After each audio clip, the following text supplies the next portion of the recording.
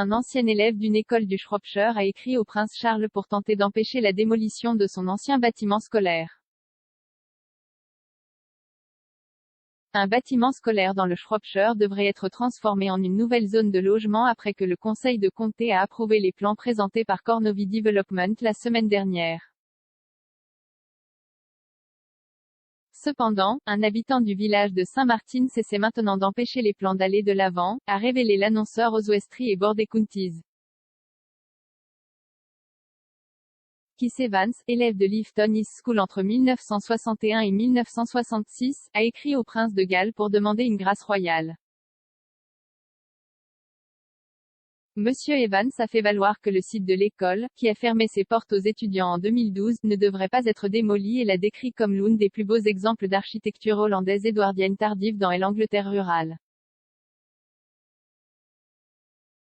Il a ajouté, le prince a accordé une importance particulière au patrimoine dans les communautés rurales où les exemples de la lignée historique sont rares. Cela ne pourrait pas être plus vrai pour Iftonis et Saint-Martins. Charles a publiquement accordé une grande importance à la beauté rurale. Le prince de Galles passe souvent du temps de l'autre côté de la frontière galloise dans sa retraite dans le Carmarthenshire.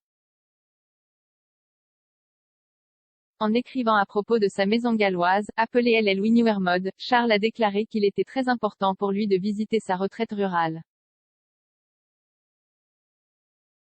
Peut-être que le conseil du comté de Shropshire aimerait expliquer à l'héritier du trône sa motivation pour ne pas convertir un beau monument à un usage résidentiel, mais pour éradiquer un beau joyau architectural de 1915 en un ensemble fade de maisons, a ajouté Evans.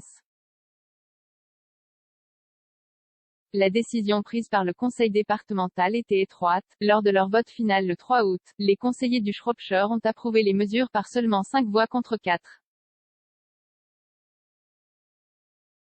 En justifiant sa proposition de détruire le bâtiment scolaire plus que centenaire, l'entreprise privée de construction de maisons a déclaré que son maintien réduirait le nombre de maisons et rendrait le site non viable. L'utilisation du pardon royal peut être quelque peu associée à l'histoire britannique au XVIIe et XVIIIe siècle. Cependant, il existe de nombreux exemples modernes. En 2013, la reine Elisabeth a accordé une grâce posthume à Alan Turing, l'homme qui a aidé à décoder les messages de la marine allemande à Bletchley Park.